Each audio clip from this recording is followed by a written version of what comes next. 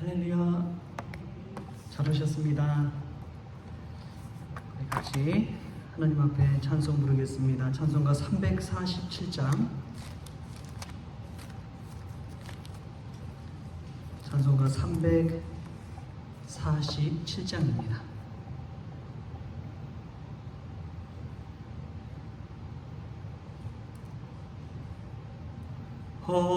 허락하신 새 땅에 들어가려면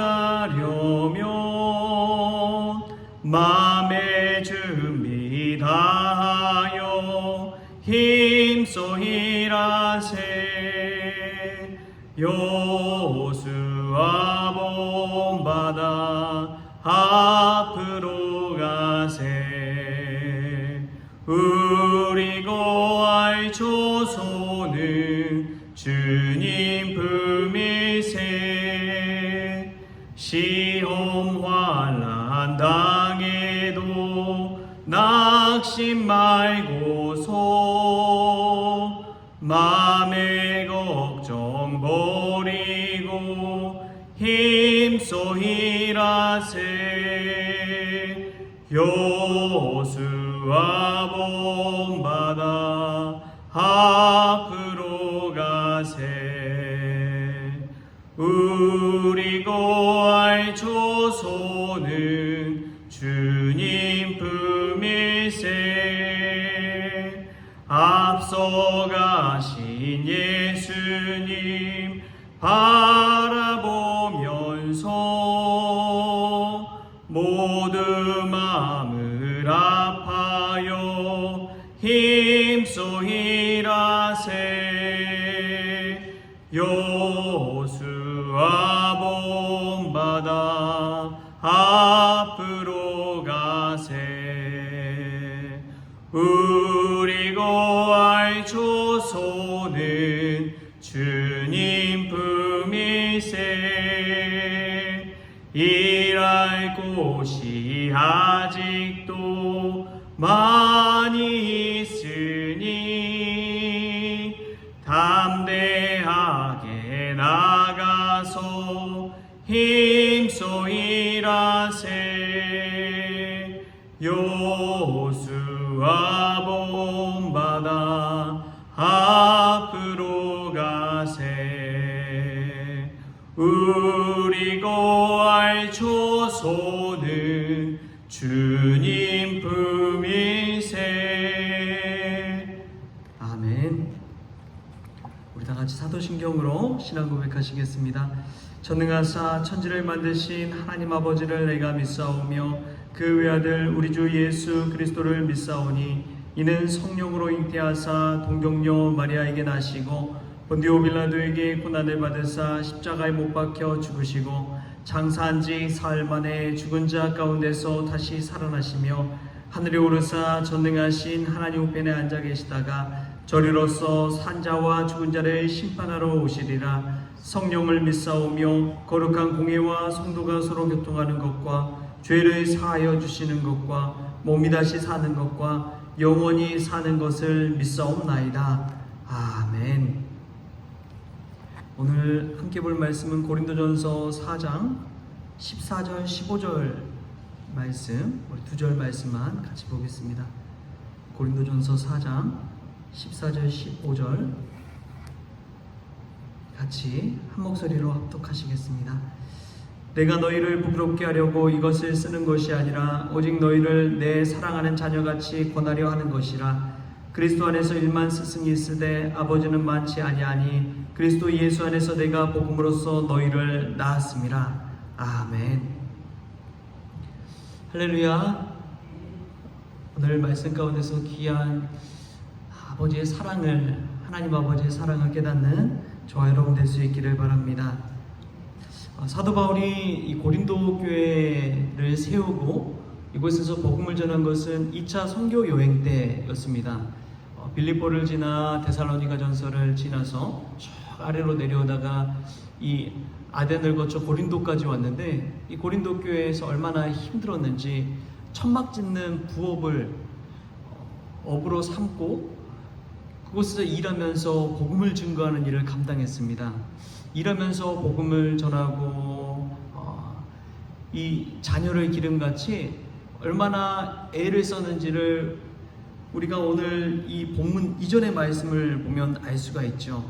매도 맞고 정처가 없고 수고하여 일을 하고 모욕을 당하고 박해를 받고 비방을 받아도 하나님의 말씀을 전하고 고린도 교회 성도들을 믿음 안에 세워가는 역할, 그 일을 감당하고자 사도 바울이 얼마나 애를 썼는지 우리가 생각해 볼 수가 있습니다.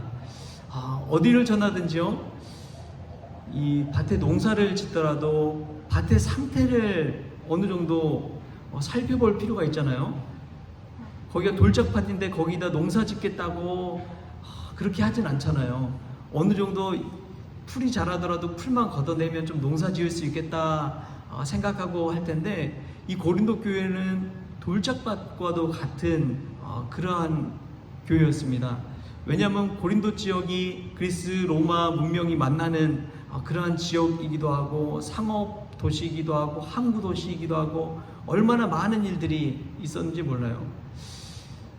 사람이 많이 모일수록, 사람이 다양할수록 생각지도 못한 일들이 일어나기 마련입니다. 근데 고린도 지역이 그와 같은 지역이었습니다. 신전은 또 왜 그렇게 많은지요?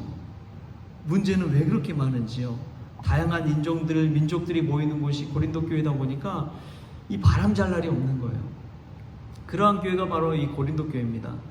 사도 바울이 근데 이 고린도 교회 가서 정말 1년 6개월 동안 머물면서 사역을 하는데 얼마나 힘이 들었는지 모릅니다.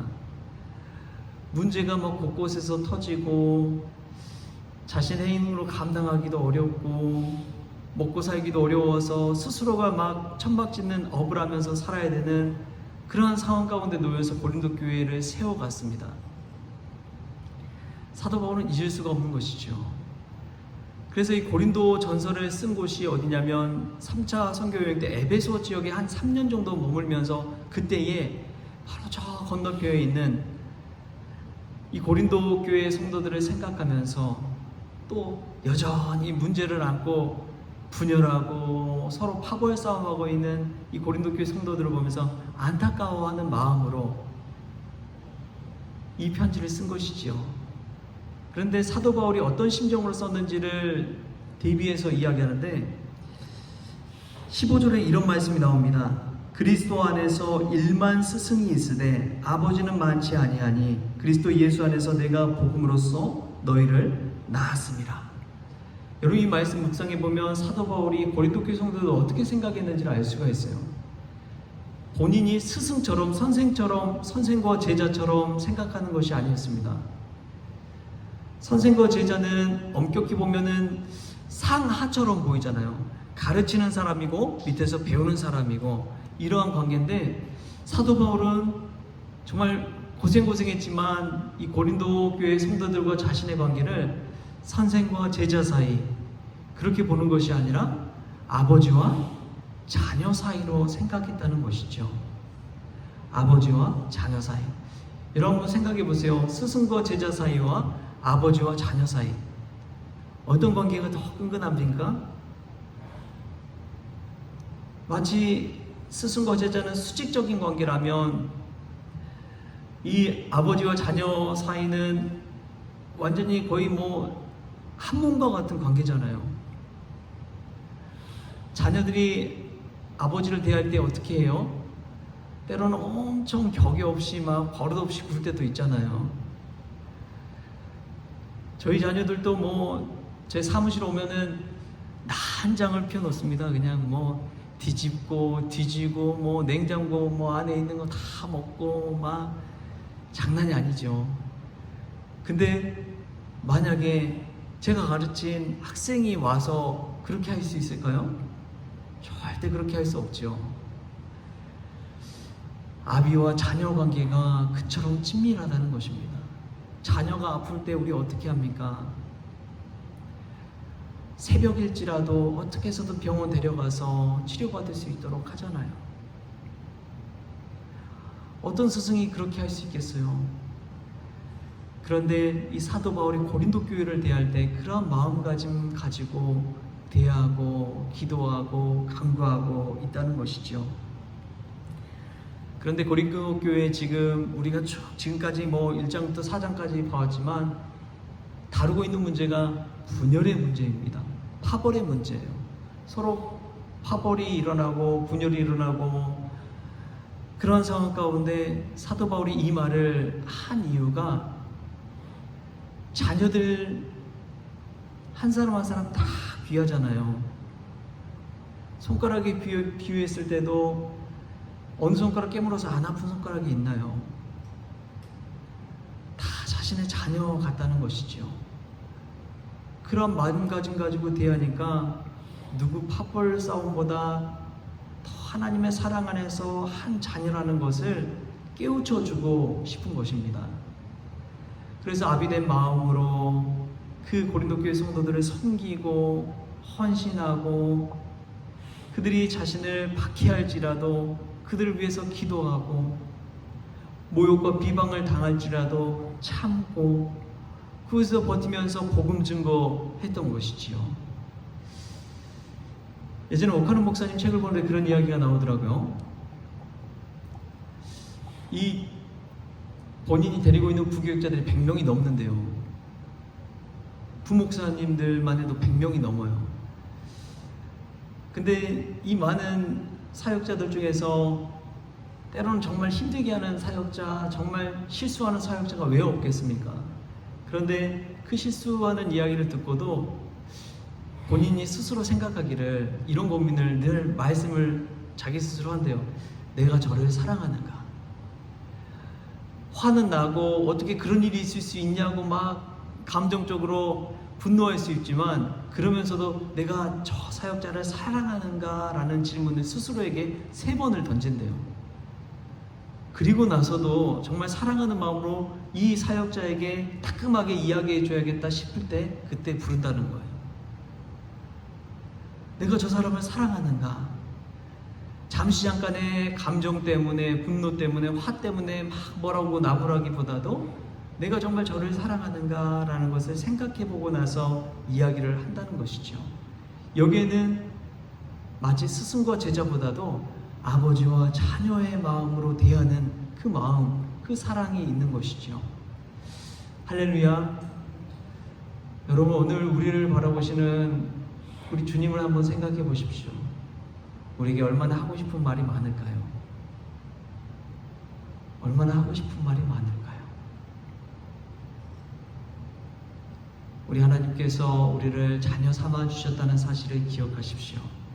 그리고 그 사랑으로 오늘도 참아주시고 기다려주시고 인내해주시고 심판을 유보해주고 있다는 사실을 기억하시면서 우리가 정말 믿음의 장성한 분량이 이를 때까지 잘 자라나는 그런 저와 여러분 될 수 있기를 축복합니다.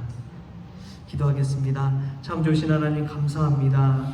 돌짝밭과 같은 그러한 터에 오셔서 아비된 마음으로 자녀를 사랑하는 마음으로 그 모든 것들 갈아엎어 주시고 하나님 이때까지 인도하여 주시고 사랑하여 주시니 참으로 감사를 드립니다. 늘 마음이 나뉘고 문제가 생겨날지라도 하나님 사랑하는 마음으로 저희를 섬기고 사랑하며 우리 가정, 우리 자녀들 일궈갈 수 있도록 주님 축복하여 주옵소서. 주님이 우리를 사랑해 주신 것처럼 우리도 서로 사랑하게 하시고 우리 교회 안에서 가정 안에서의 모든 문제도 해결함 받을 수 있도록 주님 역사하여 주옵소서. 감사하며 예수님의 이름으로 기도합니다. 아멘. 우리 주님이 가르쳐주신 기도로 오늘 새벽 기도 마치겠습니다. 하늘에 계신 우리 아버지여, 이름이 거룩히 여김을 받으시오며 나라가 임하시오며 뜻이 하늘에서 이루어진 것 같이 땅에서도 이루어지이다. 오늘 우리에게 일용할 양식을 주시옵고 우리가 우리에게 죄진 자를 사하여 준 것 같이 우리 죄를 사하여 주시옵고 우리를 시험에 들게 하지 마시옵고 다만 악에서 구하시옵소서.